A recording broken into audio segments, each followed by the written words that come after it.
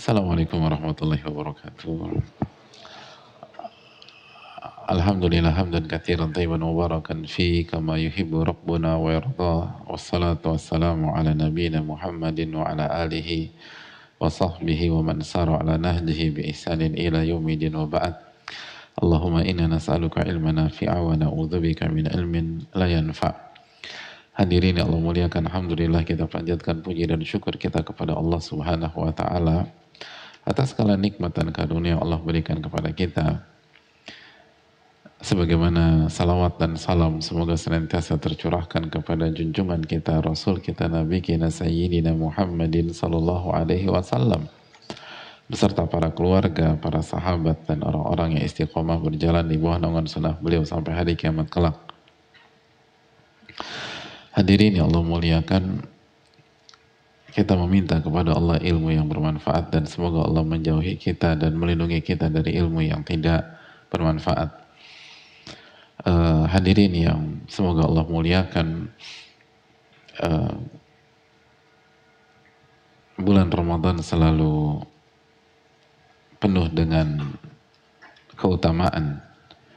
Di sanalah pintu-pintu surga dibuka oleh Allah Subhanahu wa taala. Dan di Ramadan lah pintu-pintu neraka ditutup rapat-rapat oleh Allah Subhanahu wa taala. Di Ramadan lah gembong-gembong syaitan itu dibelenggu oleh Allah Tabaraka wa ta'ala.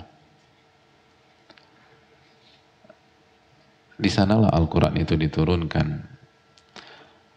Di sanalah ada malam yang lebih baik daripada 1000 bulan. Lailatul Qadri khairun min alfi syahr. Lailatul Qadar itu lebih baik daripada 1000 bulan. Bulan yang penuh dengan rahmat Allah Subhanahu wa ta'ala, bulan yang dipenuhi dengan keberkahan, kebaikan, bulan yang dinanti, ditunggu. Para ulama-ulama besar, orang-orang soleh itu berdoa selama 6 bulan untuk bisa bertemu dengan bulan ini. 6 bulan non-stop mereka berdoa semoga Allah sampaikan mereka di bulan Ramadan. Mereka berdoa semoga Allah memberikan taufik sehingga mereka bisa beribadah di bulan Ramadan.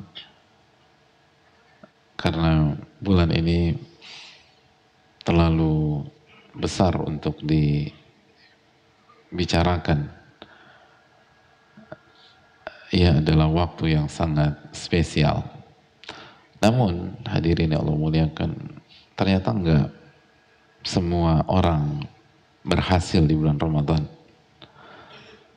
Tidak semua orang itu mampu memaksimalkan di bulan Ramadan dan diberikan taufik oleh Allah Tabaraka wa ta'ala. Padahal bulan ini sangat singkat.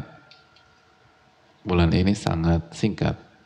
1 bulan rasa beberapa hari. Sebagaimana yang Allah firmankan di dalam Al-Baqarah ayat 184. Dan itu yang kita rasakan setiap waktu atau setiap tahun. Kok udah hari ke-10 aja ya? Lalu nanti ada yang nyeletuk, kok udah setengah bulan ya? Nanti nyeletuk, kok udah 10 malam terakhir ya? Cepet banget, kayaknya baru kemarin kita mulai berpuasa. Kok besok udah mau lebaran ya? Dan itu perasaan yang dialami oleh kita. Dan itu bukan sugesti. Sebagian ulama mengatakan memang rasanya tuh demikian, sangat cepat. Oleh karena itu hadirin Allah muliakan, perlu kita sikapi dengan serius. Dan kita juga sudah sempat bahas bahwa hendaknya di momen terbaik ini atau momen spesial ini, kita pun hendaknya bukan sekedar tampil baik saja, tapi hendaknya kita tampil spesial. Jadi jangan hanya sekedar tampil baik, apalagi jadi tim hore. Ini perhelatan akbar, ini Ramadan.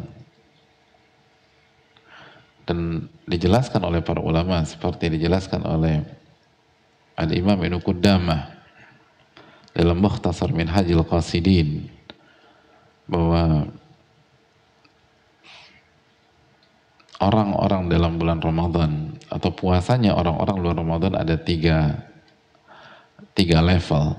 Yang pertama shaumul umum, puasanya orang awam secara umum, itu mereka tidak makan, tidak minum, dan tidak berhubungan suami istri. Itu puasanya umum. Adapun di level berikutnya shaumul khusus, puasanya orang-orang khusus, orang-orang spesial. Fahuwa kafun nazar wal lisan wal yad, ia menjaga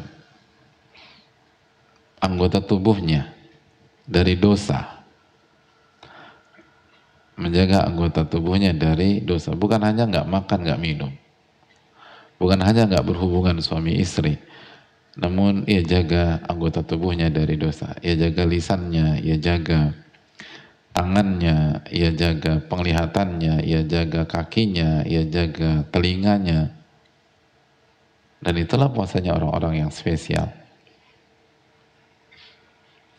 Dan yang puncak, shaumu khususil khusus, puasanya orang-orang yang spesialnya best of the best. Ini puasa orang-orang terbaik. Fahuwa shaumil qalbi anil himamid dani'ah. Ini adalah puasanya hati dari ambisi-ambisi yang rendah. Puasanya hati dari virus-virus hati, dari hal-hal yang rendah, hal-hal yang kerdil, hal-hal yang hina, yang bisa masuk ke dalam hati kita. Kita puasakan hati kita, kita singkirkan itu semua. Itu adalah puasa tertinggi, hadirin. Nah, hadirin Allah muliakan,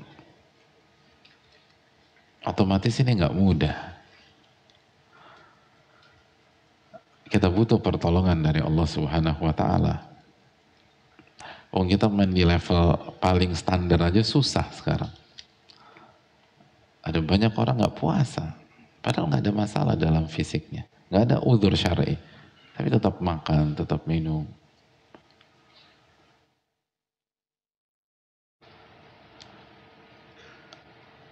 Lalu bagaimana main di dua level lebih tinggi dari itu? Itu mempuasakan hati seseorang. Dan kalau hati sudah dipuasakan dari hal-hal yang rendah, hal-hal yang hina, hal-hal yang kerdil, maka ia akan merasakan apa yang disabdakan oleh Rasul sallallahu alaihi wasallam, "Idza saluhat saluhal jasadu kulluh wa idza fasadat fasadal jasadu kulluh." Kalau hati baik, maka seluruh anggota badan akan baik. Kalau hati buruk, maka seluruh anggota badan akan buruk. Oleh karena itu, hadirin Allah muliakan, kalau kita bisa bermain di level ini, maka semua akan baik. Semua akan baik. Kita bukan hanya menahan lapar dan haus dari terbit fajar sampai terbenam matahari, enggak. Lisan kita akan bagus, mata kita akan bagus, sikap kita akan bagus, tangan akan bagus, bacaan Quran kita akan maksimal, khataman kita akan maksimal, lalu waktu kita akan terpakai dengan maksimal. Kita akan banyak bantu orang, kita akan banyak support orang, kita akan banyak beramal. Qiyamul Lail kita pun akan bagus kualitasnya. Taraweh kita insya Allah nggak ngantuk. Semangat gitu. Nggak dendam sama imamnya, kalau imamnya baca agak panjang, kurang ajar nih imam, besok gue nggak mau sholat di sini lagi, nggak punya perasaan. Nggak ada yang nggak akan bilang gitu. Bahkan Apabila dia mendapatkan durasi yang panjang, maka dia akan berbahagia. Bukankah Nabi SAW mengatakan wuji'ilat qurratu ainin fis shalah? Nabi SAW bersabda, Allah jadikan penyejuk mataku itu di salat. Di salat. Dia nggak akan malas-malasan. Dia nggak akan milih masjid yang tercepat dan tersingkat, tidak. Dia akan cari yang paling membuat khusyuk, yang membuat dia tumakninah. Walaupun kita tahu setiap masjid ada pertimbangan masing-masing. Dan kita harus husnudzon, baik sangka dengan semua pihak. Tapi setiap orang lebih tahu takaran dan dia ingin yang terbaik buat dirinya. Dia ingin yang terbaik buat dirinya. Oleh karena itu hadirin Allah muliakan, ulama kita menjelaskan, kalau kita ingin bermain di level ini, benar-benar menjadikan Ramadan ini Ramadan yang terbaik, Ramadan yang maksimal, maka ulama mengatakan tutup 6 pintu syaitan berikut ini. Tutup 6 pintu virus-virus hati berikut ini. Karena jika 6 pintu ini kita tutup,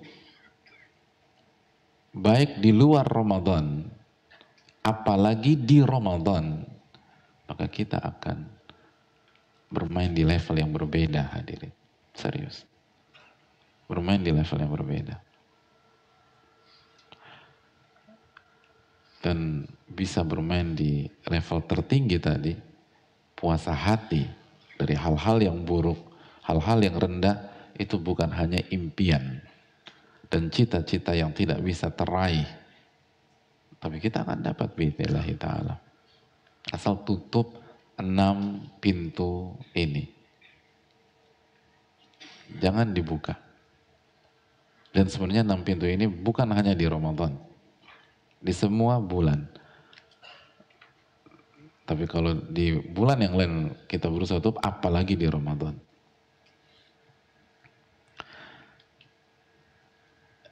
Yang pertama, hadirin Allah muliakan, dijelaskan oleh para ulama,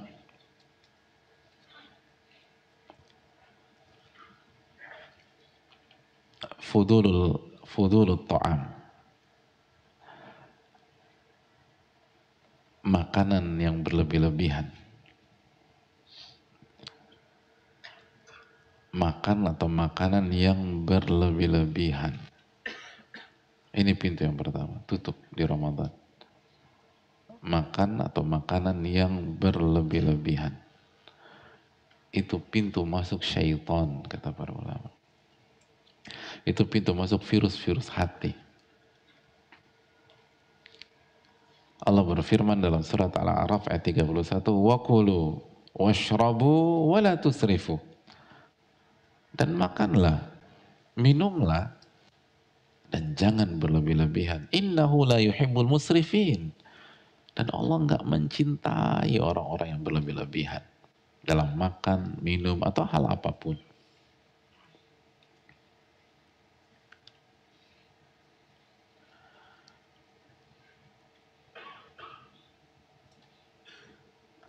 Hadirin Allah muliakan, Allah nggak mencintai orang yang berlebih-lebihan. Dan dalam konteks ayat ini khususnya makan dan minum. Dan kalau itu terjadi di Ramadan, maka kita tidak dicintai Allah di Ramadan. Kalau kita tidak dicintai Allah di Ramadan, mungkinkah kita bisa berada di level yang spesial? Nggak mungkin. Dan ini ternyata PR dari banyak kita, bahkan blind spot banyak orang di Ramadan yang lalu. Sehingga tidak maksimal dan mereka nggak ngerti apa salah saya.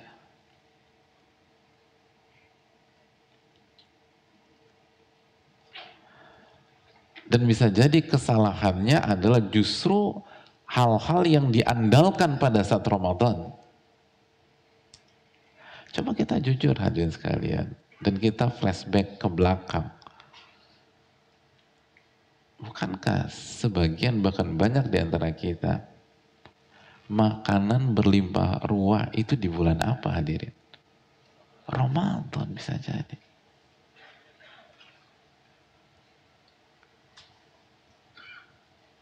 Ramadan. Jadi Ramadan memang bulan puasa, tapi di sisi lain justru di Ramadan lah makanan banyak terbuang di sebagian rumah-rumah kita.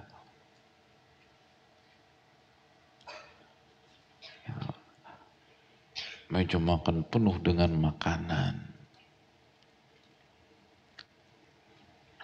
Semua ada gitu loh.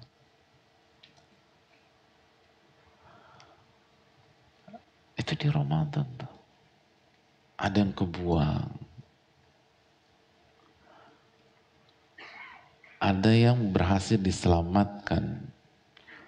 Walaupun dengan konsekuensi tidur ketika terawih karena kekenyangan. Diselamatkan makan semua. Udah gak terawih. Begah-begah. Itu. Akhirnya enggak itu. Itu karena berlebihan.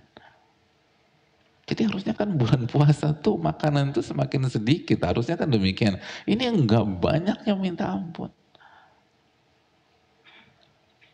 Akhirnya jadi malas. Akhirnya nggak semangat baca Quran. Nah ini makanan. Meja makan penuh, full meja makan.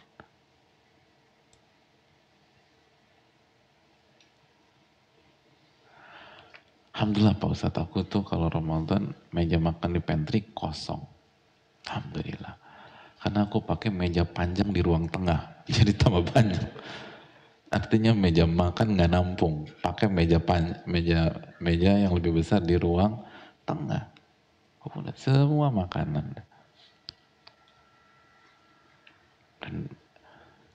Dan sebagian kebuang. Dan begitu berlebihan, innahu la yuhibbul musrifin. Allah nggak suka sama orang yang berlebihan.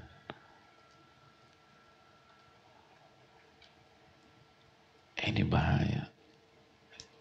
Jadi kita berpikir ini salah satu syiar, padahal justru ini yang membuat kualitas kita itu gagal, turun. Karena nggak dicintai sama Allah. Atau bisa jadi, alhamdulillah nggak mau bazir Pak Ustadz, tapi ya itu tadi masuknya ke lambung-lambung kita. Kebanyakan makan juga nggak bagus hadirin. Gak bagus. Nabi SAW mengatakan, mamala'a ibnu Adam wi'aan syarran min batan. Tidak ada sebuah wadah yang diisi oleh ibnu Adam yang lebih buruk daripada perutnya. Yang lebih buruk daripada perutnya. Hadis Tirmidzi, hadis Imam Ahmad. Jadi perut itu kalau kita isi full, itu justru buruk. Gak berkah. Sampai kenyang banget, berlebih-lebihan gitu. Jangan berlebihan makan di Ramadan.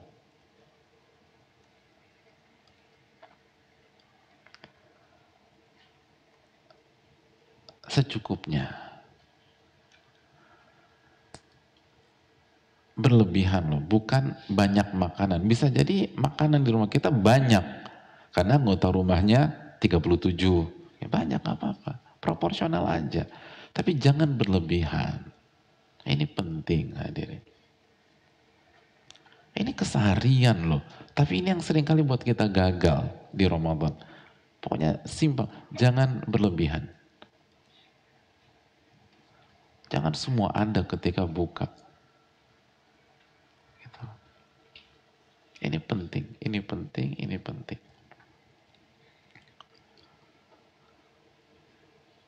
Dan kalau memang ada banyak, kasih orang. Kasih orang. Man fattara sha'iman, barang saya memberikan makan kepada orang yang berbuka dari puasanya, maka dia akan mendapatkan pahala orang tersebut tanpa mengurangi pahala dia sama sekali. Ini jangan lo masuk kulkas terus panasin, masuk boleh masuk kulkas panasin nggak ada masalah. Tapi begitu ada makanan, kasih orang, kasih orang. Jangan berlebihan dan jangan berlebihan makan. Jangan jangan sampai buka kita itu menjadi momen balas dendam, jangan. Buka puasa itu takarrub kepada Allah. Itu amal soleh, bukan balas dendam.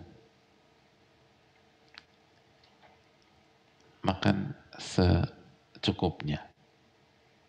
Kalau kita mau puasa kita berkualitas dan tidak menjadi pintu masuk syaitan. Jadi berlebihan ketika makan bukan hanya membuat kita begah, tapi kita baru saja membuka pintu biar syaitan masuk. Makanya benar deh coba, kalau kita berlebihan gitu, pada saat buka puasa, coba evaluasi, emangnya sholat maghrib kita maksimal? Oke, maghrib belum makan, masih maksimal. Isya maksimal. Taraweh maksimal. Bahkan banyak yang nggak taraweh.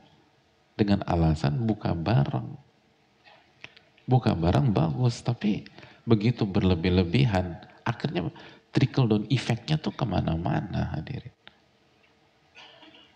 Akhirnya malam itu nggak baca Quran.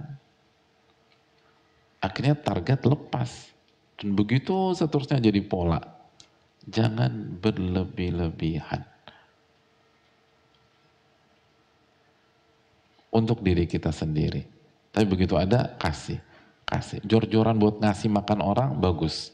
Tapi jangan berlebihan buat diri kita sendiri. Allah nggak suka. Wakulu washrabu wala tusrifu. Dan makan, minum, dan jangan berlebih-lebihan. Itu pintu pertama yang harus kita kunci di Ramadan. Berlebih-lebihan dalam makanan dan memakannya.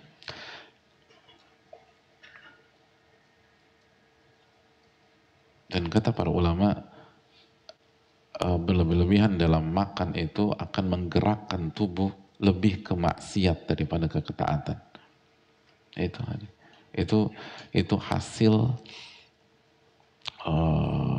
researchnya para ulama. Ingat, berlebih-lebihan itu subjektif. Setiap orang beda. Tinggi badan orang tuh beda, kebutuhannya beda, kondisi orang beda. Tapi bisa diukur kan Adil. Bisa diukur. Dan kalau mau lebih saintifik bisa tanya Pak Dokter sama Bu Dokter. Tanya dokter gizi ini gimana nih duduknya. Ini yang perlu kita camkan. Dan harus dikurangi. Kita yang berlebihan makan, kurangi. Dan ini penting. Ini bukan tentang postur badan, bukan.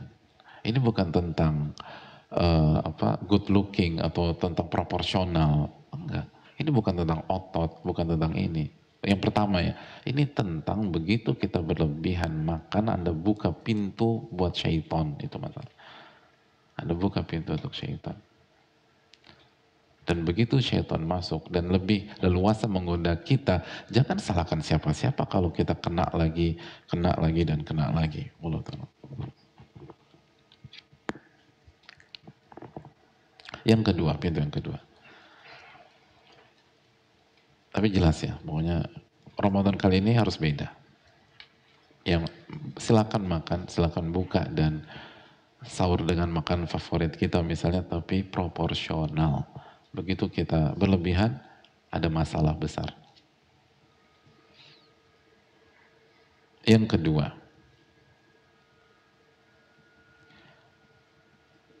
kedua, hadirin Allah muliakan, fudulul manam atau fudulul naum, banyak tidur. Ini banyak tidur.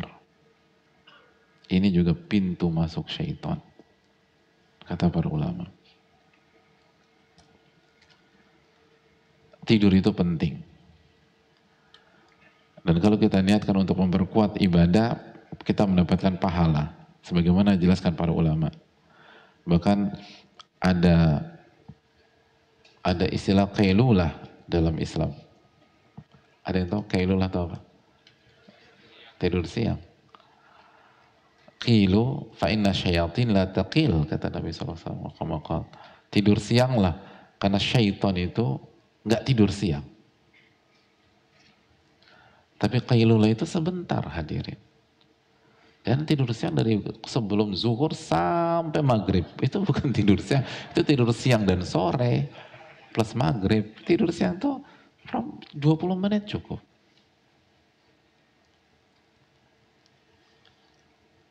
Sebentar, nggak lama. Oh, itu dampaknya luar biasa, khususnya untuk ibadah malam. Kalau bisa, kalau nggak bisa, coba cari, pastikan siang kita itu diisi dengan ketaatan yang lain. Tapi kalau bisa tidur siang sebentar, mungkin 15 menit gitu. Jadi tidur itu penting, tapi jangan berlebih-lebihan. Jangan berlebih-lebihan. Jangan mentang-mentang puasa tidur dari pagi, siang, sore, terus baru bangun 5:30 gitu. Lalu sholat di jamaah takhir, gak bisa deh. Karena gak bangun dia dari zuhur sampai asar.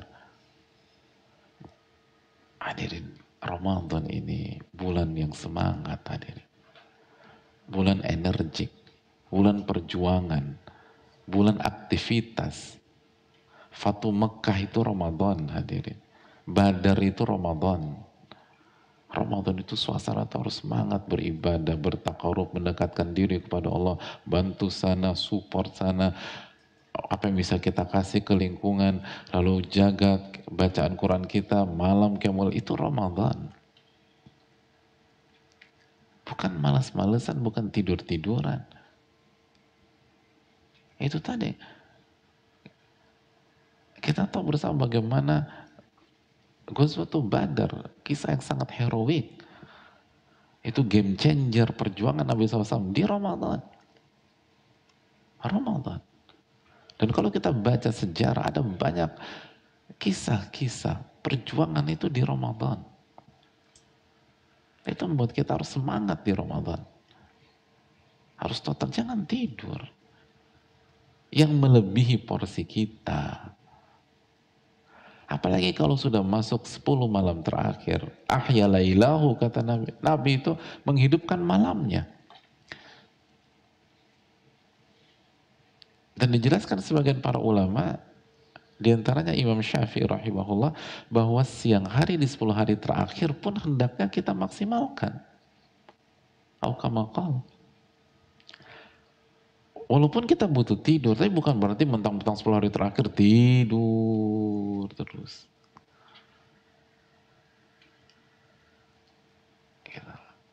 Enggak. Kita masih bisa berdoa di hari di siang hari di 10 hari terakhir. Jangan doanya bismikallahumma wa ahya, bismikallahumma wa ahya, bismikallahumma wa ahya. Kenapa dengan alasan nanti malam mau begadang lagi? Nggak masalah kejar di malam, tapi proporsional. Kecuali kalau nggak mampu, nggak jadi paksa. La yukallifullahu nafsan illa usaha. Fattaqullaha mastata'tum. Tapi jangan over, jangan berlebihan. Ramadan itu bukan bulan santai. Ramadan itu bukan bulan yang leyeh-leyeh atau rebahan, bukan. Lihat Nabi kita SAW. Lihat para sahabat radhiyallahu taala anhum. Baca sejarah kita, lihat. Ini bulan yang semangat gitu. Makanya kan man shoma ramadhana imanan wa ihtisaban ghufira lahu ma taqaddama min dzambi. Barang siapa yang berpuasa karena iman dan ihtisab. Apa mana ihtisab? Apa artinya ihtisab? Harapan. Berharap diterima sama Allah, berharap dapat pahala dari Allah. Berharap masuk surga, harapan. Orang tuh kalau ngerjain sesuatu dengan harapan yang sangat tinggi, beda, dia semangat, energik, aktif, harapan. Makanya orang bunuh diri kenapa? Nggak punya harapan lagi, udah malas sudah. Orang kalau punya harapan tuh beda, ngerjain segala sesuatu tuh semangat.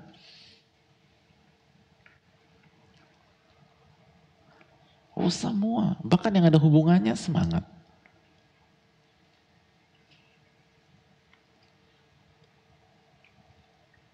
Misal antum gitu, antum berharap lamaran antum diterima oleh seorang wanita yang menurut kalkulasi nggak mungkin tertarik sama antum, gitu loh.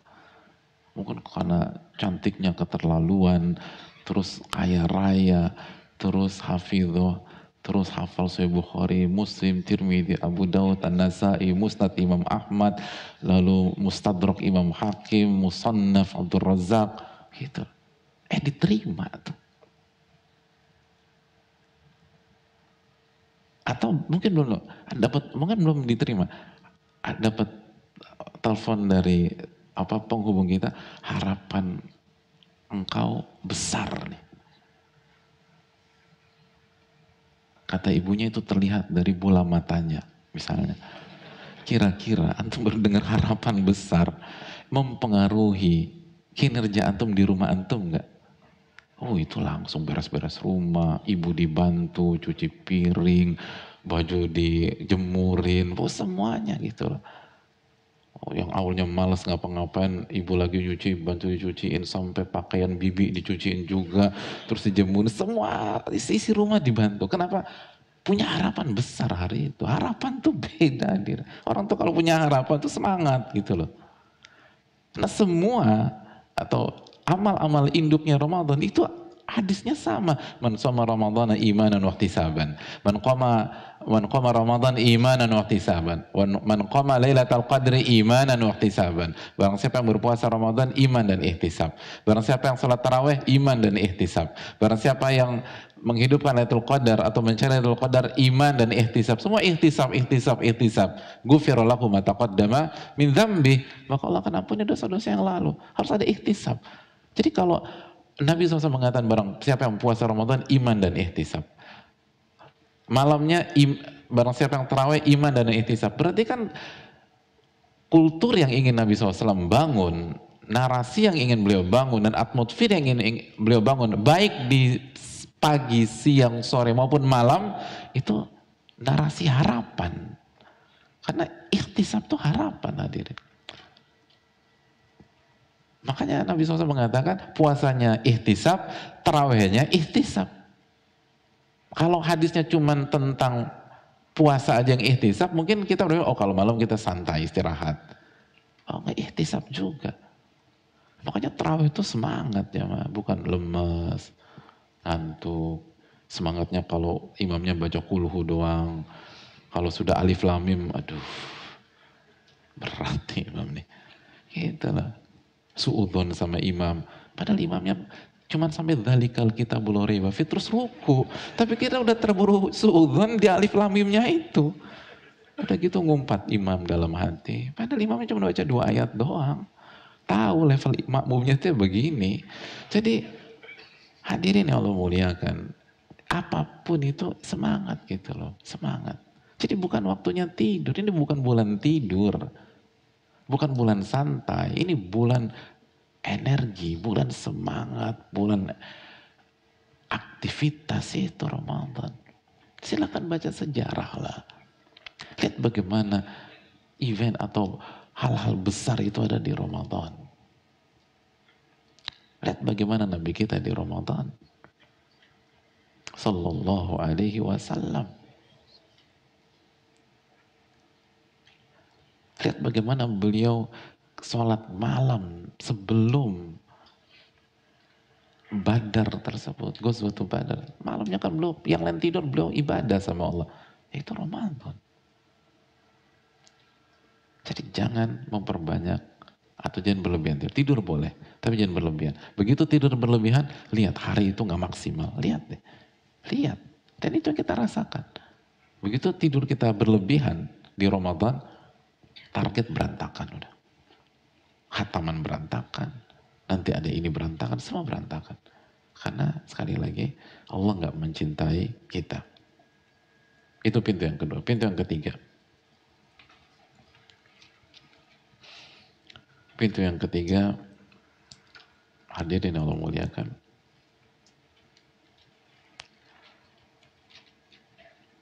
Fudulul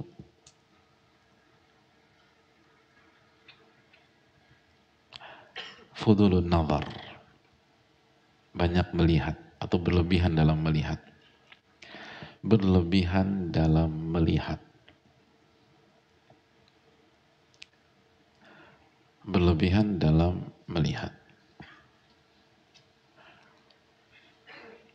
Baik itu melihat yang haram, jelas itu masuk ke kategori ini.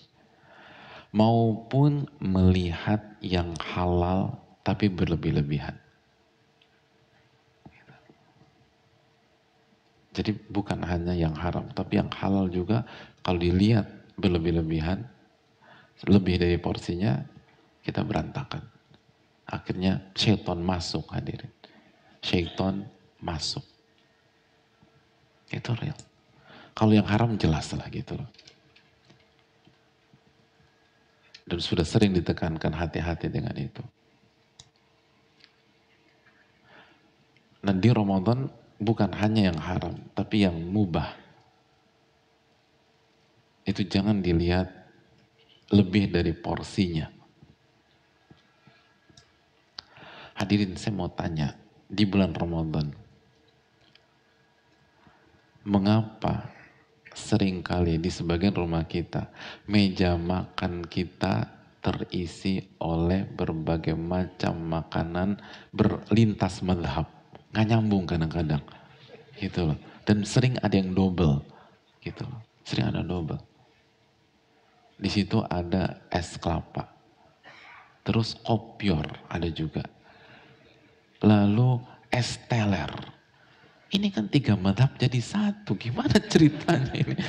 Mau makan, mau minum yang mana? Belum lagi ada es buah. Cendol. Dawet. Bedanya apa ya? Apa-apa. Terus apa yang hijau? Apa? Cincau. Pisang hijau. Itu bisa komplit. Ada kayak begitu itu. Di hari yang sama, dibuka yang sama.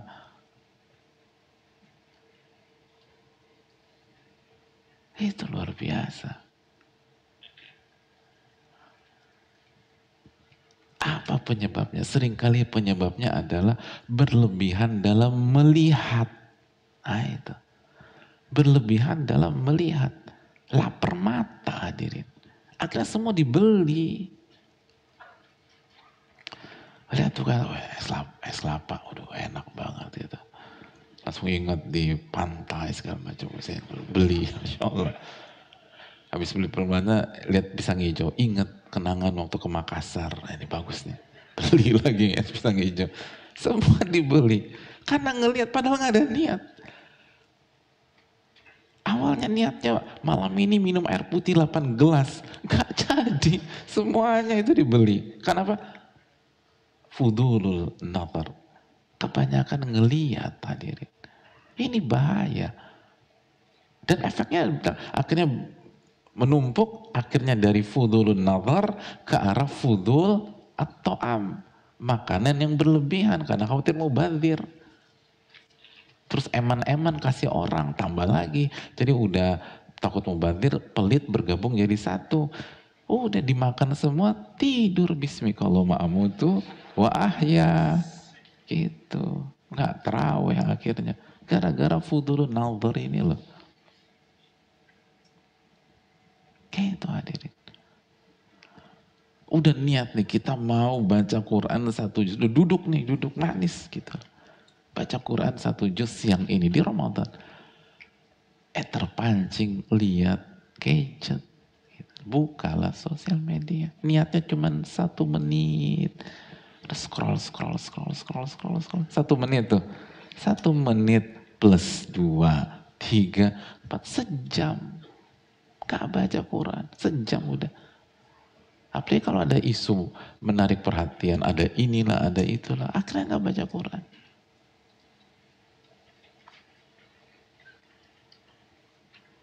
Begitu, ini melalaikan. A'udzubillahi minasyaitonirrajim, ibu manggil. Budi, gitu. Karena memang perjanjiannya 1 jam baca, habis itu bantu ibu. Udah. Habis a'udzubillahi minasyaitonirrajim, tutup Quran, bantu ibu, akhirnya nggak baca itu gara-gara apa? Fudulun nazar. Dan mungkin yang dilihat itu enggak, yang aku lihat tuh enggak haram kok Pak Ustadz. Pokoknya kalau yang haram aku merem-merem begitu, walaupun nyuri-nyuri dikit. Tapi walaupun itu mubah hadirin, kalau berlebihan itu yang terjadi. Syaitonnya masuk. Akhirnya tambah lagi semenit, tambah lagi semenit, tambah lagi semenit. Itu kan yang terjadi. Coba tanya yang melihat atau memperhatikan apa sosial media selama 2-3 jam misalnya. Emang dia niat dari awal, saya mau duduk mantengin itu 2 jam? Enggak. Niatnya cuma berapa menit. Scroll lagi, scroll lagi, scroll lagi, scroll lagi. Akhirnya fudulun nazar. Berlebihan dalam melihat. Itu membuyarkan semua agenda di Ramadan kita. Kejadian. Hati-hati dalam banyak melihat. Itu pintu harus ditutup hadirin. Ini kita belum bicara yang melihat yang haram ya. Ini baru yang mubah-mubah aja.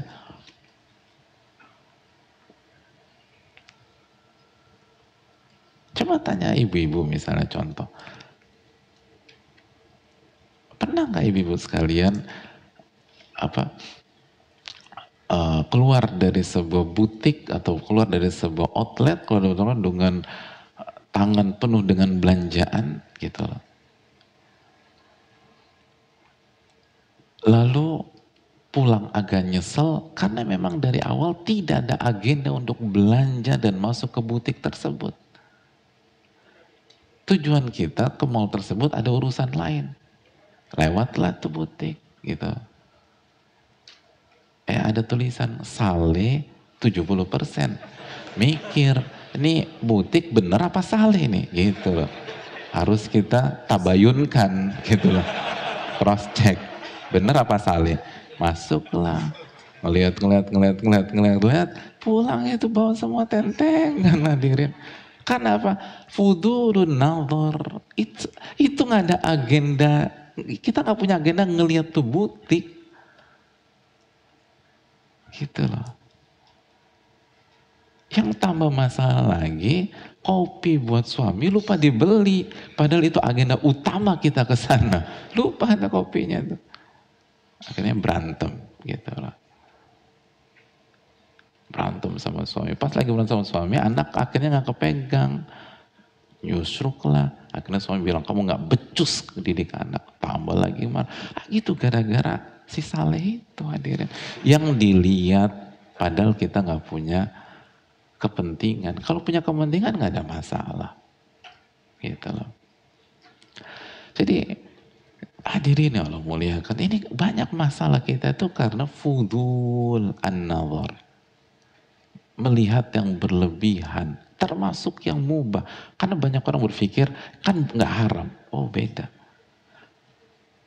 Haram jelas. Itu kotak. Mubah yang berlebihan itu juga harus kita jaga. Kalau nggak bermasalah kita. Benar deh. Benar. Hati-hati. Karena begitu kita lihat berlebihan, syaitan masuk. Begitu syaitan masuk, virus masuk. Begitu masuk, berantakan kita. Berantakan hadirin. Itu fudul an-nazar. Itu pintu keberapa? Pintu keempat, hadirin Allah muliakan.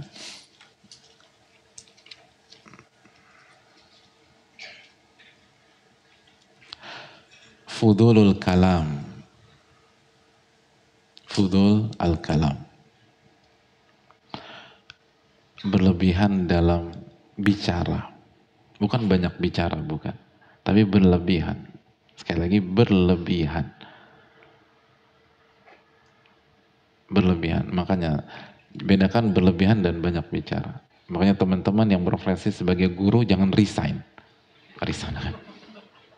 Pantesan aja, nggak istiqomah. Ini pintu masuk syaitan ini. Gitu loh. Karena aku ngajar dari pagi sampai sore. Harus bicara. Oh nggak masalah. Bukan itu. Kalaupun kita tergelincir bukan karena itu faktornya. Mungkin karena faktor lain. Ini bukan banyak bicara. Ini berlebihan dalam bicara. Hati-hati. Berlebihan dalam bicara. Dan dikiaskan Jempol, berlebihan dalam menggunakan jempol hari ini. Itu pintu masuk syaitan. Hati-hati dengan komen. Hati-hati dengan ngomongin orang.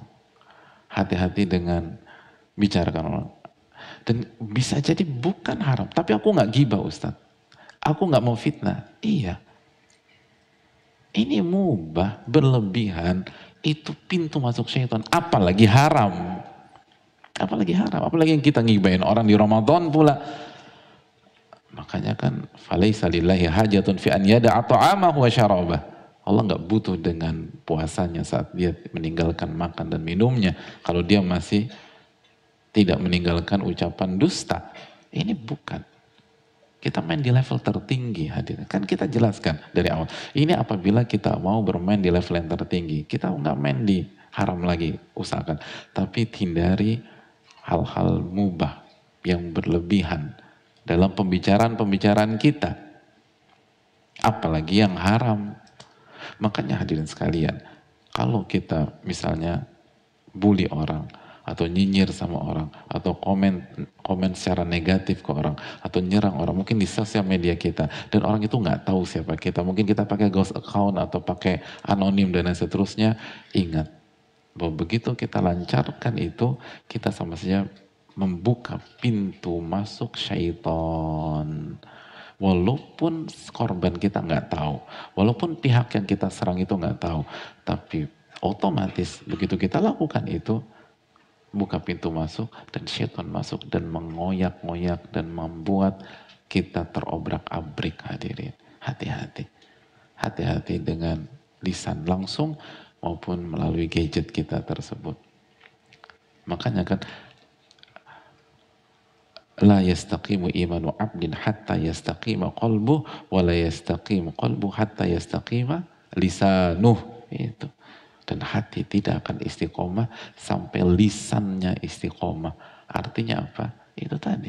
Itu hadits Nabi SAW. Hati nggak akan istiqomah sampai lisan istiqomah. Jempol istiqomah sekarang. Artinya lisan dan jempol kita punya andil besar menghancurkan hati kita, karena dengan cara itu kita buka pintu buat si syaitan masuk ke dalam hati dan virus-virus hati itu merajalela. Itu yang harus kita camkan. Makanya hadirin di Ramadan jangan kebanyakan ngobrol.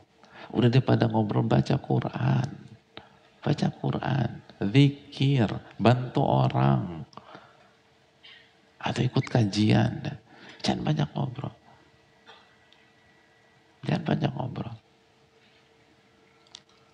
Banyak zikir aja, zikir. Hatamkan tuh Al-Quran. Jangan cerita ngobrol sama ini, curhat sama ini. Itu yang membuat masalah semakin ribet. Itu menyelesaikan masalah dengan masalah baru lagi. Karena begitu kita banyak bicara, repot. Banyak. Dan kadang-kadang kita komentarin gak penting gitu loh. Komentar gak penting.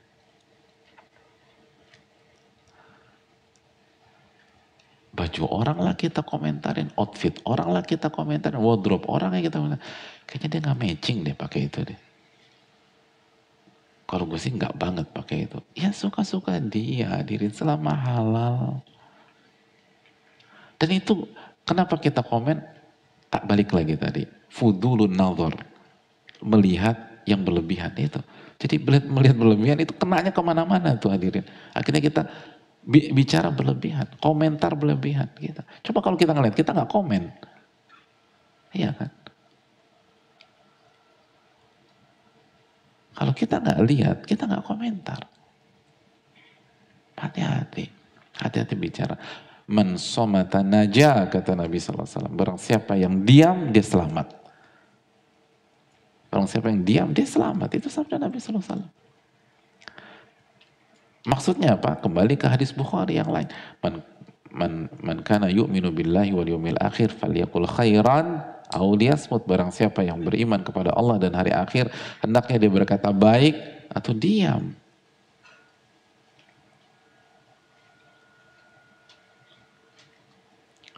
Hendaknya berkata baik atau diam.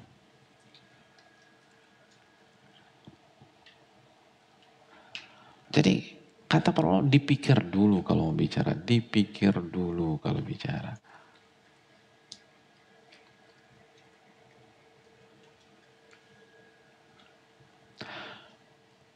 Ada sebuah hadis yang diriwayatkan dari Imam Tirmidzi. Jadi hadis ini diriwayatkan bahwa ada seseorang meninggal di zaman Nabi SAW. Lalu para sahabat langsung mengatakan, sebagian sahabat mengatakan, tubalahu, beruntung nih orang.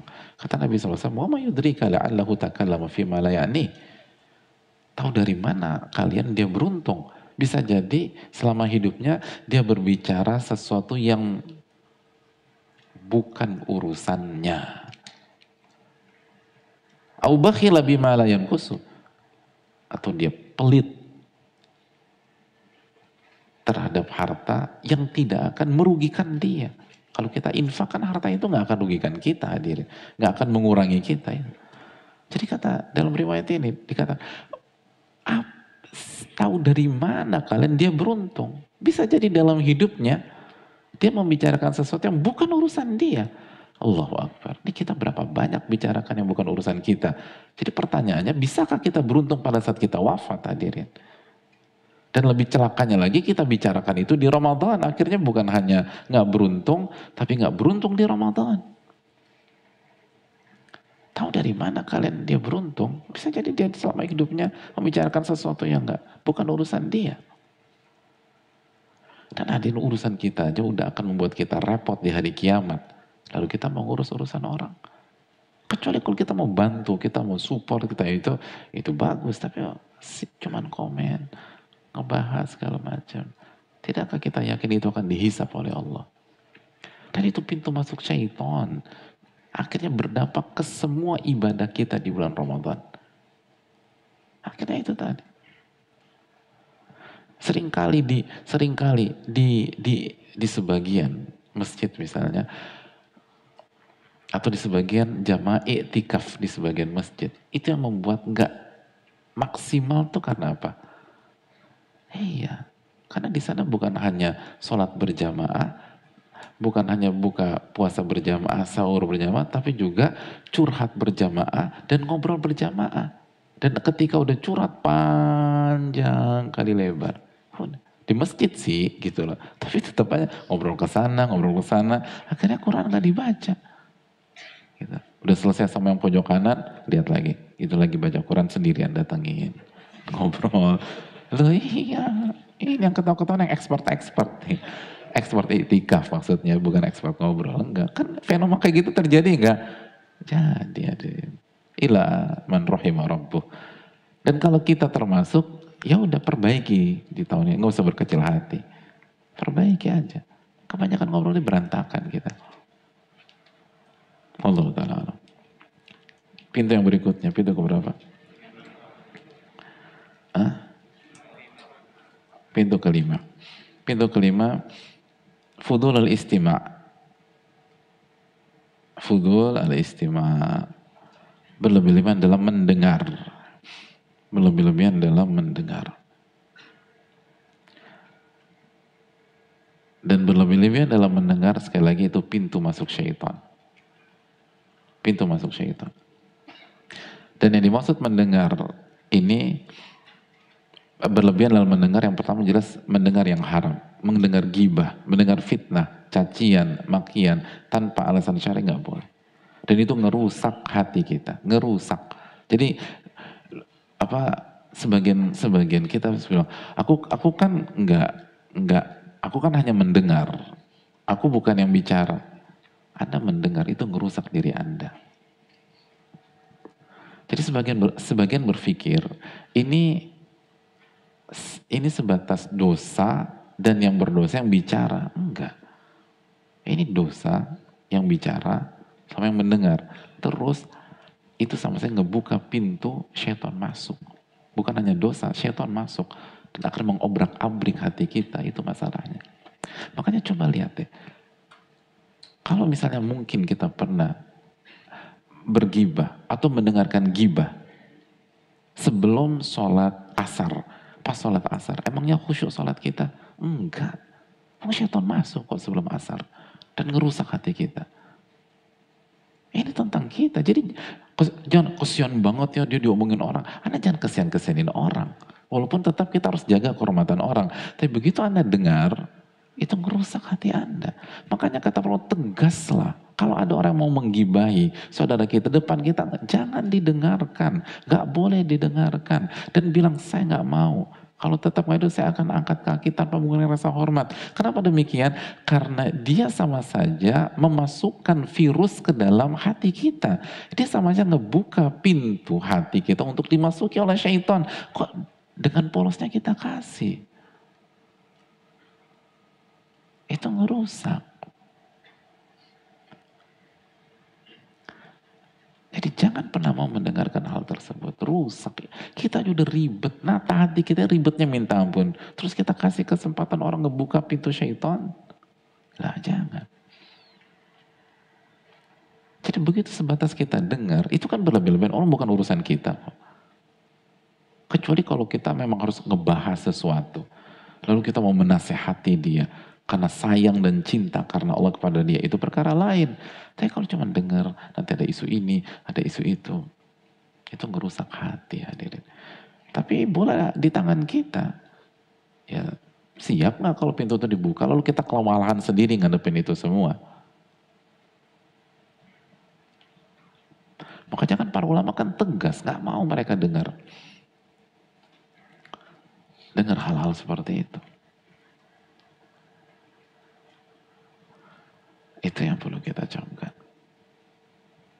Begitu juga dengan mendengar hal-hal yang nggak ada urusannya, nggak ada urusannya. Kalau kita di Ramadan, udah bahas tentang Ramadan lah, atau kegiatan yang berkaitan dengan Ramadan. Nggak usah bahas tentang A, tentang B, tentang C. Ini nggak ada hubungannya. Atau ini bisa kita bahas di Syawal kan? Bisa. Yaudah Syawal aja kita bahas. Kecuali kalau kita nggak bisa bahas kecuali di Ramadan. Oke Anda bicara saya dengarkan. Tapi kalau tunggu. Anda mau bicara tentang apa? Tentang saya mau ceritakan soal persiapan saya tentang haji. Tolong didengarkan apakah ada yang kurang atau enggak. Oke, hajinya tahun berapa? 2029. Ya nanti aja. Nanti pas 2029 kita ketemu atau 2028 lah. Ini beda. Kadang-kadang tuh kita tuh suka lucu. Kalau bahas mata, ya kan yang depan mata hilang udah. Gara-gara kita dengar. Dan ingat, seringkali kultur kita, pakai nggak enakan. Mungkin kita nggak bicara, tapi kita nggak enakan untuk menghentikan pembicaraan. Tetap harus beradab, nggak boleh kurang ajar. Tapi kalau itu sampai ngebuka pintu syaitan, janganlah hadirin. Gara-gara kita dengar waktu habis, gara-gara kita dengar hati kita sakit. Walaupun tidak haram, apalagi haram. Dan diantaranya juga misalnya praktek para ulama, itu mereka nggak mau dengar sesuatu yang buruk atau sesuatu yang diomongin orang tentang diri mereka nggak mau dengar. Makanya Syekh Muhammad bin Ibrahim atau para ulama kita ketika didatangi oleh muridnya terus mengatakan, "Ya Syekh, wahai guruku, si fulan ternyata ngomongin engkau di belakang engkau." Sebelum dilanjutkan, apa kata sang guru, kata gurunya, "Apakah syaitan nggak punya kurir selain Anda? Ngapain saya melaporkan hal ini? Udah, saya ada kegiatan, saya nggak punya waktu, assalamualaikum, pergi." Kamu dengar mereka. Beda sama kita. Oke, dia ngomong apa tentang gua? Saya ingin tanya, begitu kita dengar semua pembicaraan orang tentang diri kita, hati kita tenang. Selamat, pintu syaitan Anda buka sendiri dan dia mengobrak-abrik hati Anda. Ada sholat gak khusyuk, kok tega dia ngomong itu kepada saya, kok dia, padahal kalau kita nggak dengar hadirin, aman hati kita dan kita dapat pahalanya, dia kirim pahala ke kita dan kita nggak terusik sama sekali. Siapa yang suruh dengar? Siapa yang suruh dengar? Itu yang perlu kita camkan. Kecuali kalau memang itu urusan kita, kepentingan akhirat kita atau duniawi kita, silakan dengar. Ramadan jaga telinga. Begitu enggak, mohon maaf aku harus ini. Bicara baik-baik. Bicara baik-baik, mohon maaf aku nggak bisa dengar ini. Apalagi jika hal itu haram. Oke. Yang terakhir, yang keenam, hadirin sekalian. Apa yang keenam? Fudulu mukhalatatin nas. Bergaul berlebihan. Berinteraksi berlebihan.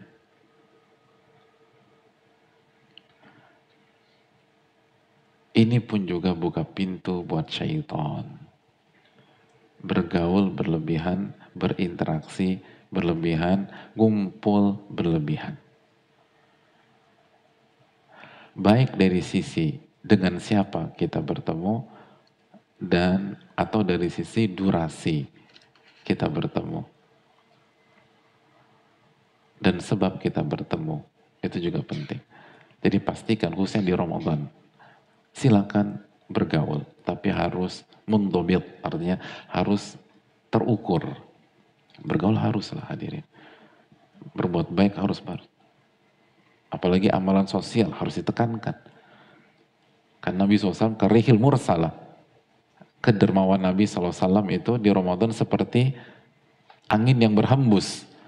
Kalau ada angin yang berhembus dari luar masjid ini masuk ke sini, itu semuanya kena. Mushaf pertama, kedua, ketiga, terakhir tuh kena. Gak mungkin terakhir tuh gak kena. Kenapa? Masbuk dia, jangan dikasingin. Kan gak mungkin. Kalau angin berhembus itu semua kena. Jadi sebisa mungkin merata itu. Kedermawanan seseorang ketika Ramadan. Karena Nabi SAW dermawannya itu merata. Jadi ada interaksi. Dan Nabi SAW ajwadan nas. Wa ajwadu ma yakunu fi Ramadan. Beliau adalah orang yang paling dermawan. Dan puncak kedermawan Nabi SAW kapan? Di Ramadan. Jadi bukan eksklusif. Atau bukan sibuk sendirian. Bantu orang. Support orang. Dan kita ingat sabda Nabi SAW. La an amshi ma'akhin fi hajatin ahabbu ilayya min an a'takifa fi hadzal masjid syahra. Dalam hadis Tabrani. Nabi SAW bersabda, aku pergi bersama saudaraku untuk memenuhi kebutuhan dia, mensupport dia, memenuhi kebutuhan dia. Itu lebih aku sukai daripada iktikaf di masjid ini. Di masjid apa? Nurul Iman. Ini Nabi yang bersabda, hadirin sallallahu alaihi wasallam. Di Masjid Nabawi selama 1 bulan penuh. 1 bulan penuh, iktikaf 1 bulan penuh. Nabi SAW lebih menyukai mengantarkan saudara memenuhi kebutuhannya. Jelas ini clear. Tapi proporsional. Proporsional. Kalau kita nganterin orang, waktunya cukup dengan 1,5 jam, kenapa udah 4 jam belum pulang-pulang juga? Itu masalahnya. Kenapa itu? Ngapain aja? Kumpul segala macam. Kumpul itu proporsional. Apalagi di Ramadan. Apalagi di Ramadan. Dan seringkali kita suka miss di situ. Sering miss di bukber misalnya. Bukber gak ada yang salah sama sekali. Tapi durasinya itu. Perlu gak sampai jam 11 misalnya. Perlu gak sampai jam 12:30. Gitu lah. Bukber seperlunya apa aja. Kalau memang harus. Dan perlu gak bukber tuh tiap hari misalnya. Ada orang agenda bukber sampai 31 agenda. Bulannya aja mentok-mentok 30 itu loh. Kok bisa 31? Saking padatnya. Dan kalau kita hadir, proporsional apa tidak? Terus durasinya berapa lama? Begitu berlebihan, pintu syaitan kita buka dan syaitan akan mengobrak-abrik hati kita, berantakan di malam itu. Capek lah, inilah, segala macam. Taraweh bablas. Tapi kan syaitan kan gak langsung bilang, taraweh bablas loh mas. Enggak kan, kata syaitan bisikin, tenang aja, masih bisa qiyamul lail. Qiyamul lail tuh lebih afdol loh secara waktu gitu. Udah gak apa-apa, lepas taraweh di awal aja. Nanti kita qiyamul lail. Aku udah ngobrol sampai jam 12. Gara-gara bukbernya sama Misalnya orang yang lama nggak ketemu, apalagi ini 2 tahun loh kita nggak bukberan sebagian. Ini kamu, jadi itu yang perlu dijaga. Akhirnya qiyamul atau tahajud bablas juga, kadang-kadang nggak sahur, kadang-kadang nggak subuh tepat waktu. Hati-hati. Interaksi penting. Jaga silaturahmi penting. Tapi proporsional. Jangan berlebihan. Jangan berlebihan. Apalagi kalau kita iktikaf di 10 hari terakhir. Jelas itu enggak. Ngumpul-ngumpul tuh bener-bener minimalis lah. Pas sahur, pas apa, pas buka. Itu hal yang penting. Jadi hati-hati dengan itu tadi. Dan ingat, ngumpul berlebihan itu nanti kemana-mana. Nanti gibah lah. Nanti ngelihat yang nggak bener lah. Dan segala macam. Bahkan ada yang CLBK lah. Iya, lama nggak ketemu. Akhirnya ketemu di Ramadan. Belum lagi ketika ketemu, apa, laki-lakinya lagi ada masalah sama istri. Lalu si perempuannya lagi ada masalah sama suami. Dan dia punya sejarah dalam kehidupan mereka berdua. Jadi itu. Illa an yasha Allah. Kejadian nggak di masyarakat? Kok agak ragu-ragu.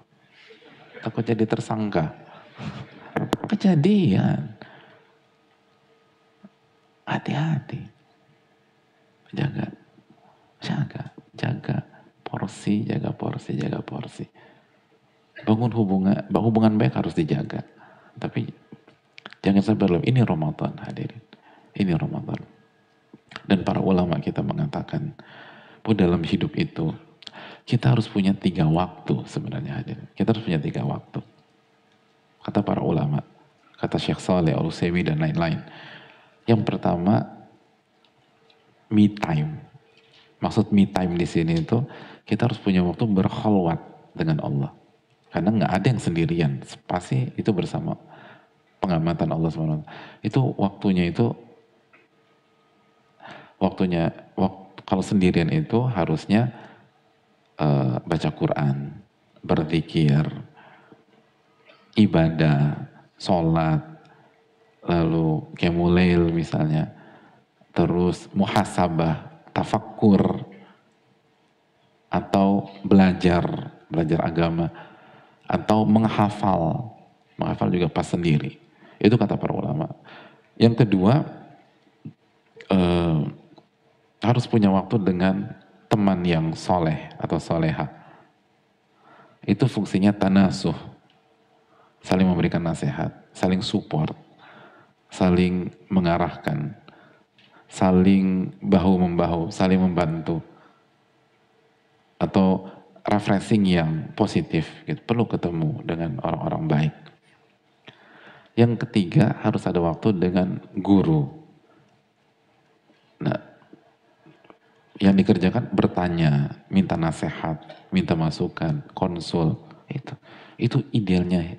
Hidup tuh begitu, harus ada waktu sendiri, waktu sama teman, sama waktu sama guru itu.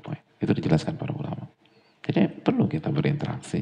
Dan Nabi juga sallallahu alaihi wasallam dermawan banget gitu loh. Dermawan banget. Dan dulu kan dermawan medianya nggak seperti sekarang. Mungkin kalau sekarang bisa tinggal transfer di dalam ruangan. Tapi kalau dulu di zaman Nabi SAW dermawan kan harus ngasih. Itu hal yang penting. Nah itulah 6 pintu syaitan yang harus kita hindari. Kalau kita berhasil, insya Allah Ramadan kita spesial di tahun ini. Hindari berlebihan itu tadi. Dan harus dilatih. Dan kita akan lihat nanti kegiatan kita akan padat. Ibadah kita akan maksimal. Karena itu tadi, yang bikin rusak semua ibadah kita dari tahun ke tahun, itu tuh 6 itu sebenarnya. Coba kita evaluasi deh, 6 itu yang bikin rusak. Dan makanya ini sangat keseharian, dan sangat real, dan kita ngalamin. 6 ini kalau kita bisa selesaikan, Allah kasih taufik, Allah cinta kepada kita, dan Allah akan mudahkan. Ini yang bisa disampaikan. Semoga bermanfaat. Kita buka sedikit waktu untuk sesi tanya jawab. Wassalamualaikum warahmatullahi wabarakatuh. Ada pertanyaan?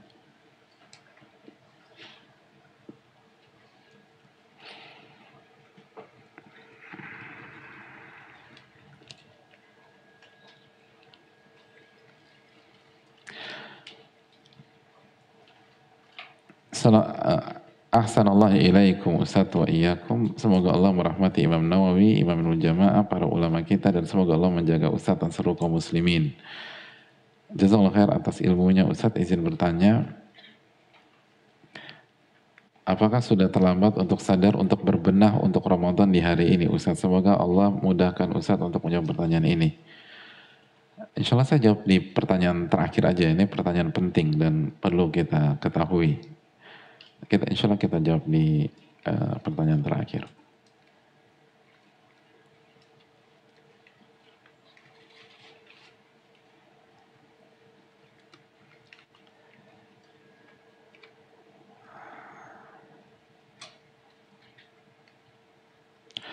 Assalamualaikum warahmatullahi wabarakatuh. Waalaikumsalam warahmatullahi wabarakatuh. Semoga Allah merahmati para ulama, ustadz, keluarga besar, dan seluruh umat Islam. Amin ya rabbal alamin. Begitu juga yang bertanya. Ustadz, saya mau tanya, pekerjaan saya nggak usah sebut pekerjaannya ya, pekerjaannya biasa kok, halal.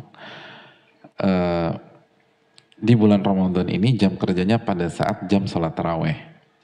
Satu sisi saya mau fokus beribadah di bulan Ramadan, tapi ini rizki dari Allah melalui pekerjaan saya. Bagaimana saran dari Ustadz, apa yang harus saya lakukan jika dihadapkan dengan keadaan-keadaan seperti ini? Wassalamualaikum warahmatullahi wabarakatuh. Waalaikumsalam warahmatullahi wabarakatuh. Yang pertama, setiap orang beda-beda ya. Setiap orang beda-beda. Qul kullun ya'malu ala syakilati. Allah berfirman, hendaknya kita beramal sesuai dengan kotak kita masing-masing. Karena kondisi finansial kita beda. Lalu tanggung jawab kita beda. Ada yang jomblo cuman diri sendiri. Ada yang menikah belum punya anak. Tanggung jawabnya cuma dia sama istrinya aja. Ada yang punya anak 1 orang, ada yang punya anak 2 orang, ada yang punya anak 18 orang. Kan nggak mungkin 18 orang tanggung jawab plus dia dan istri jadi 21 itu disamakan dengan orang yang menghidupi dirinya sendiri di pekerjaan yang sama. Jadi sekali lagi semua punya keunikan dan semua punya masalah atau kondisi yang berbeda. Oleh karena itu bertakwalah kepada Allah semampu kita, fattaqullaha masata'tum. Dan kita lebih tahu tentang kondisi kita. Oleh karena itu kalau bisa di Ramadan keuntungan akhirat itu lebih kita kedepankan daripada pemasukan secara duniawi. Artinya kalau memang harus bekerja untuk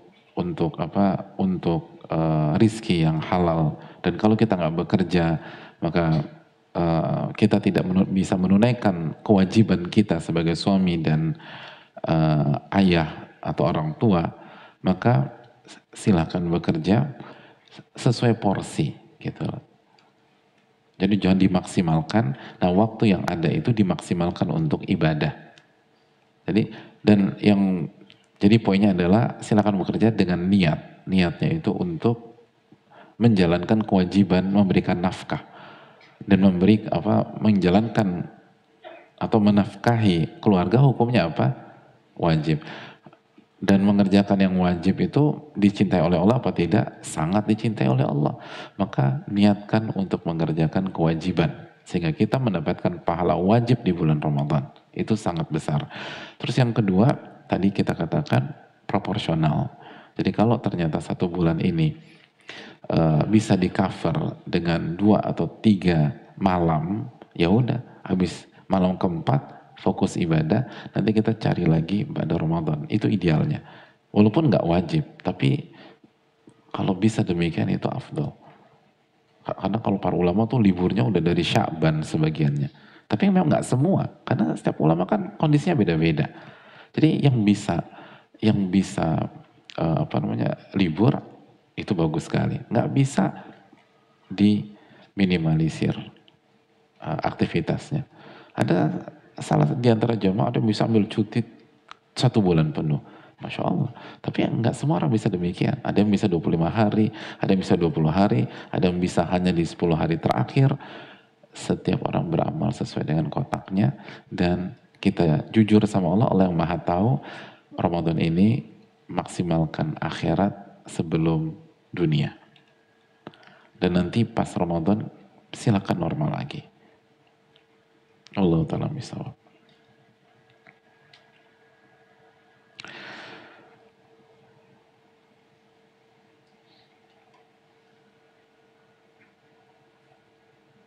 Assalamualaikum warahmatullahi wabarakatuh. Waalaikumsalam warahmatullahi wabarakatuh. Semoga Ustadz dan tim jamaah serta kaum muslim selalu mendapatkan perlindungan dan keberkahan dari Allah. Amin ya rabbal alamin. Ustadz mau bertanya, manakah yang lebih utama dalam berbuka puasa ketika mendengar azan? Berbuka dulu atau menjawab azan, atau berbuka sambil menjawab azan dalam hati? Jazakallahu khair, semoga Ustadz diberi kemudahan untuk menjawab. Terima kasih atas pertanyaan. Insya Allah nggak ada kontradiksi, begitu masuk waktu buka. Jadi buka itu bukan dengar azan, tapi masuk waktu. Masuk waktu. Karena bisa jadi muadzinnya buka dulu baru azan. Dan ada muadzin itu bukanya pakai nasi kotak, baru habis itu azan. Ada memang. Bisa demikian, dan bisa jadi satu lingkungan itu udah sepakat gitu. Jadi parameternya bukan itu. Jadi habis itu baru dia azan. Jadi patokannya, poinnya bukan azan, tapi masuk waktu. Kan itu yang Allah firmankan dalam surat Al-Baqarah ayat 187. Tsumma atimus siyama ilal lail. Dan bisa jadi di sebuah lingkungan wilayah nggak ada azan. Terus mana? Mau puasa terus? Mas, ini udah jam 10 malam, kok nggak buka? Belum dengar azan. Emang di sini tuh nggak ada azan, Mas. Gitu. Misalnya demikian. Yang merupakan syiar dikumandangkan. Ada nggak negara-negara seperti itu? Ada. Jadi hadirin Allah muliakan, masuk waktu malam. Masuk waktu malam atau masuk waktu maghrib. Jadi itu begitu masuk waktu maghrib buka, karena sunnah Nabi SAW menyegerakan berbuka. Sunnah Nabi SAW. Gitu. Jadi pentingnya disunahkan, dan kita akan dapat pahala berbuka dan mengerjakan sunnah Nabi SAW menyegerakan berbuka. Nah habis itu begitu lanjutlah dengar azan dan jawab gitu loh. Jadi pas dengar, begitu selesai jawab, dengar mungkin sambil minum, begitu selesai jawab, kan itu bisa dilakukan. Wallahu ta'ala bishawab.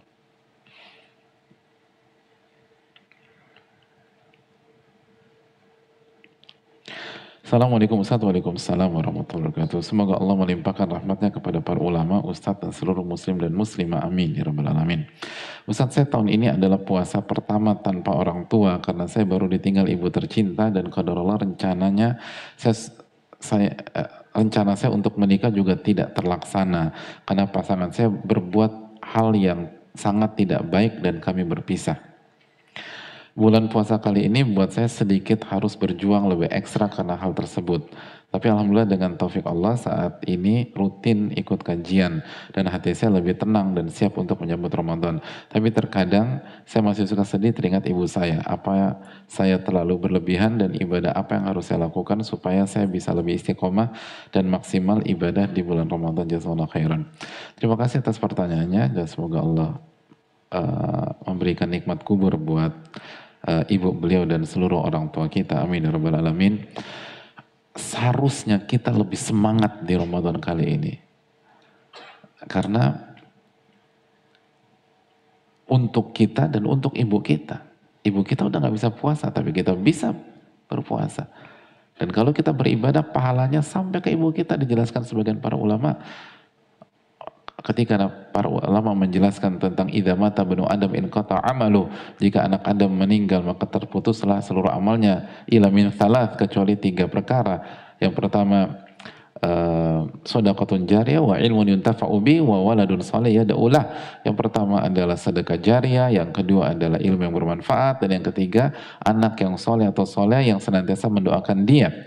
Yad'ulahu itu berdoa Itu dijelaskan sebagian para ulama seperti Syekh Utsaimin rahimahullah, itu sebagai sampel, bukan hanya doa, tapi semua ibadah yang dikerjakan anak yang soleh itu sampai ke orang tua seperti orang tua mengerjakan sendirian atau seperti orang tua mengerjakan sendiri. Itu hal. Kenapa demikian? Karena ad-du'a huwal ibadah. Doa itu inti ibadah. Makanya kan doa itu punya makna dua.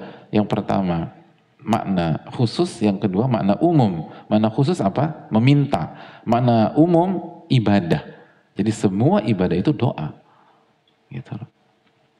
Jadi itu artinya adalah puasa yang dikerjakan seorang anak di Ramadan tahun ini, jika diterima oleh Allah, itu otomatis pahalanya masuk ke orang tua. Sholat yang dilakukan seorang anak, itu sampai ke orang tuanya. Seperti orang tua yang sholat. Maka kita harus semangat harusnya. Jadi itu harus jadi cambuk kepada kita. Semangat kita harus 2 kali lipat. Karena ini bukan hanya tentang saya, tapi ini tentang ibu saya. Ibu saya nggak bisa ruku, tapi saya masih bisa ruku. Ibu saya udah nggak bisa puasa, saya masih bisa puasa. Atau ayah saya.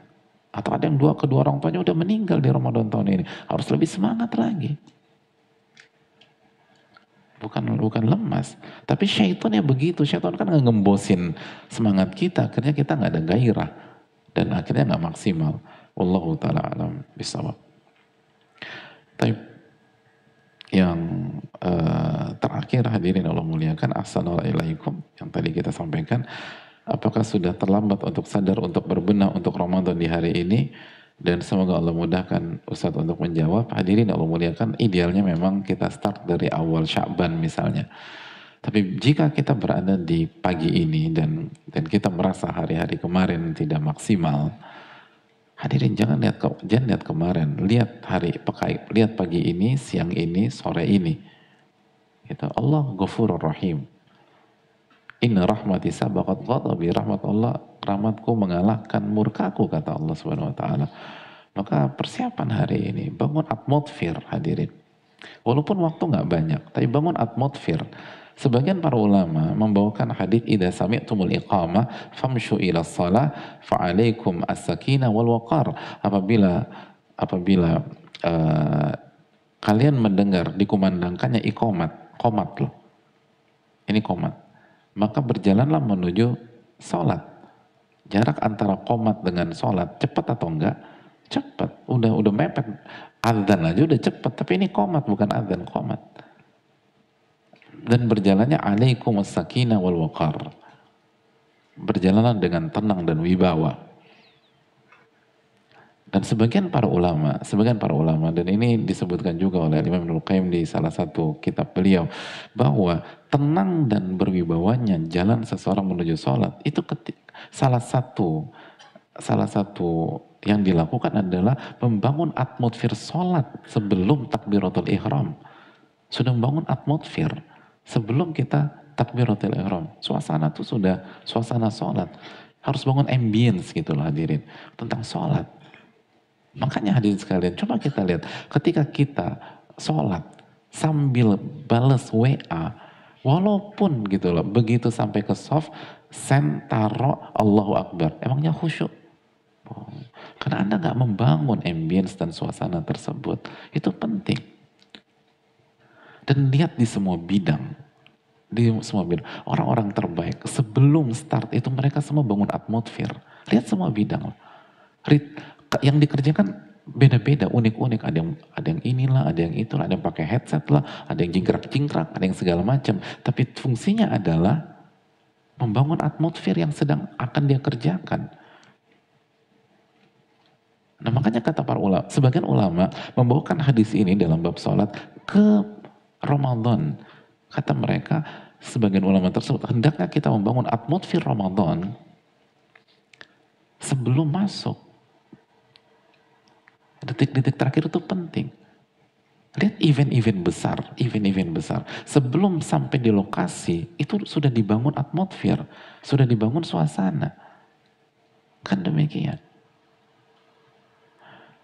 Ketika beberapa waktu yang lalu Indonesia menjadi tuan rumah Asian Games, antum landing di Suta, itu suasananya apa? Asian Games, padahal pembukanya belum mulai. Tapi landing di airport, Asian Games, suasana udah Asian Games. Semua event besar tuh begitu. Misalnya ada ibu-ibu mau ke pameran Inacraft misalnya di Senayan, itu begitu lewat Semanggi mau Sultan ke kiri, terus masuk ke GCC atau mau mungkin lurus lagi mau muter-muter Senayan dulu lewatin TVRI bla bla bla, itu lihat di samping-samping itu apa? Inacraft. Itu kenapa hadir? Kan belum sampai. Kan itu biaya. Kenapa seperti itu? Membangun suasana itu penting. Membangun suasana. Makanya Nabi SAW berpuasa tuh dari awal Sya'ban. Gitu loh. Itu konsep Nabi kita SAW. Kadang para ulama mengatakan Syahrul Sya'ban, Syahrul Qurra. Bulan Sya'ban adalah bulannya pembaca Al-Quran. Tapi kalaupun kita nggak maksimal, kita punya hari ini hadir. Bangun atmosfer. Buat diri kita. Yang mengatakan terlambat itu cuman syaitan. Taubat itu dibuka malam yugorgir. Selama nyawa belum sampai tenggorokan. Oleh karena itu maksimalkan. Ini Ramadan ini isu besar bagi kita. Kita yang pendosa, kita yang butuh ampunan dari Allah. Kita yang butuh rahmat dari Allah. Kita punya banyak masalah. Ramadan gunakan kesempatan. Dan berjuanglah bersama orang-orang yang soleha hadirin. Semoga Allah kasih taufik dan semoga Allah memberikan kita Ramadan yang penuh dengan keberkahan dan semoga kita bisa manfaatkan setiap waktu, setiap menit, setiap detiknya dan semoga Allah ampuni kesalahan kita dan semoga Allah Subhanahu wa taala memberikan kita taufik untuk bisa mendapatkan Lailatul Qadar di Ramadan kali ini dan keluar dengan husnul khatimah. Amin ya rabbal alamin. Subhanakallahumma wa bihamdika la ilaha illa anta astaghfiruka wa atubu ilaik. Assalamualaikum warahmatullahi wabarakatuh.